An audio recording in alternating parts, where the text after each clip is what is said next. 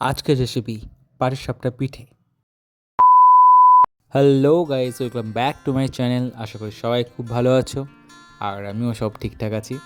So আজকের recipe হচ্ছে আমাদের পাটিসাপটা পিঠে। মানে আমাদের বাড়িতে হচ্ছে আজকে প্রথম পিঠে এই বছরে। তো কাকিমা মা দুজন মিলেই করছে, কারণ অনেকগুলো পিঠে বানাতে হবে। তো একজনের জন্য অনেকক্ষণ করাটা খুব টাফ। তো তাই আর কি, আমি একটু যদিও লেট পৌঁছেছি, অলরেডি কিছু পিঠে হয়ে গেছে, তাও আপনাদের সঙ্গে শেয়ার করছি পিঠেটা। পিঠের জন্য অ্যাকচুয়ালি যে মেটেরিয়ালসটা দরকার, সেটার জন্য আমাদের বাড়িতে যেটা ইউজ হয় সেটা হচ্ছে মানে ময়দা, চাল গুঁড়ি এবং সুজি। মানে এই তিনটে জিনিসকে মেনলি মেশানো হয় ভালোভাবে, এবং তার সঙ্গে দেওয়া হয় স্বাদ মতো চিনি। দেন ব্যাটারটাকে ভালো করে বানিয়ে নেওয়া হয়, এবং একটু পাতলা পাতলা, খুব পাতলা নয়, বাট মিডিয়াম রেখে ব্যাটারটাকে রেখে দেওয়া হয় খানিকক্ষণ। আর এদিকে বানিয়ে নেওয়া হয় চাচি। চাচি আমাদের বাড়িরই একদম, মানে এই সময় সবথেকে ভালো হচ্ছে খেজুরের গুড়। খেজুরের গুড়, নারকেল কোড়া এবং চাঁচি, মানে দুধকে মেরে, তো তিনটেকে ভালো করে মিশিয়ে একটা পুর বানিয়ে নেওয়া হয়, ঠিক আছে, যেটা পিঠের মধ্যে দেওয়া হয়। আর এই যে তালপাতাটা আমাদের এনেই রাখা ছিল, বাড়ির একটা গাছ পাওয়া গেছে। এই তালপাতা দিয়ে পুরো ব্যাটারটাকে পুরো স্প্রেড করে দেওয়া হয়, এবং তারপরে আস্তে আস্তে চাঁচির পুরটাকে দিয়ে দেওয়া হয়। এবং চাঁচির পুরটা যে যেমন খায়, ধরো যতটা তুমি আর একটু মানে বেশি করেও দিতে পারো, তো ভালোই লাগে। তারপরে জাস্ট হালকা একটু রেখে পিঠেটাকে বানিয়ে নাও, খুবই ইজি। মানে তুমি যদি চাও শুধু ময়দা দিয়ে চাল করে দিয়ে বানাবো, সেটাও বানাতে পারো। মানে খুব ইজি, আমি বলবো যে কেউ বানাতে পারে পিঠে।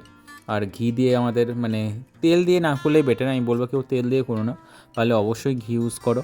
আর আমাদের তো ঘি হচ্ছে বাড়ির তৈরি ঘি, ঠাকুমার হাতের তৈরি ঘি, তো সেটা দিয়ে মানে পিঠেটা আরও ভালো হয়। তো সেই ফ্লেভারটা দোকানের ঘিয়ের টেস্ট এবং বাড়ির মধ্যে তো অনেকটাই তফাৎ হবেই। আর বাড়ির ঘিয়ের স্বাদ তো আলাদাই, আপনারা বুঝতেই পারছেন। তো ওই আর কি, বাড়ির তৈরি ঘি দিয়ে তৈরি হয়।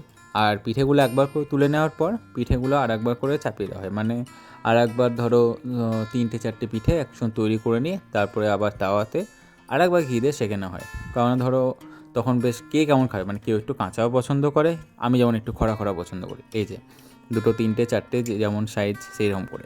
আর এই তো শুরু হলো পিঠে খাওয়ার সময়, এই তো শীতকাল শুরু হলো, এবং এক এক করে পিঠে তৈরি হতেই থাকবে। কখনো পাটিসাপটা, সরু চুকুলি, বড় পিঠে, গোকুল পিঠে, তারপর আশকেটা আমাদের বাড়িতে মেনলি না, মানে হয়ে থাকে না খুব একটা।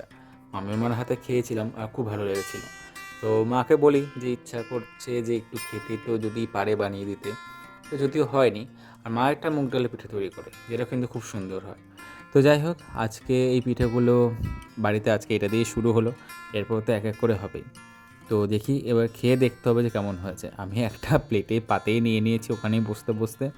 তো খেয়ে দেখি, খেতে বেশ ভালো হয়েছে। মানে আমি একটু কড়া করেই খাই, তো মুচমুচে টাইপের হয়েছে, আর খেতেও বেশ ভালো হয়েছে।